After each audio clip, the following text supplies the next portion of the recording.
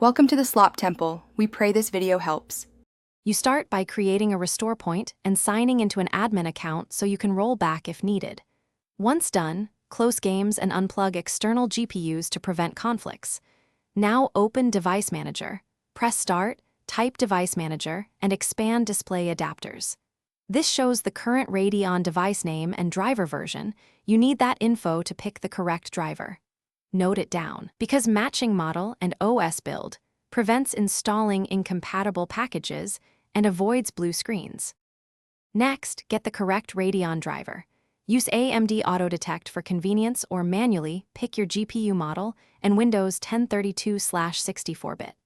Download the package, then right-click and run as administrator to ensure permissions for driver files and services.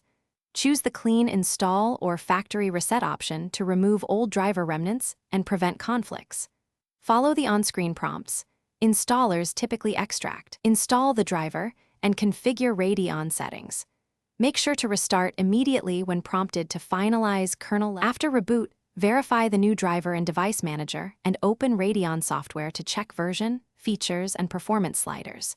If you see display issues or a black screen, reboot to safe mode and run display driver uninstaller.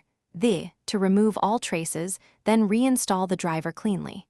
If problems persist, check Event Viewer for driver or service errors and try an older WHQL driver release.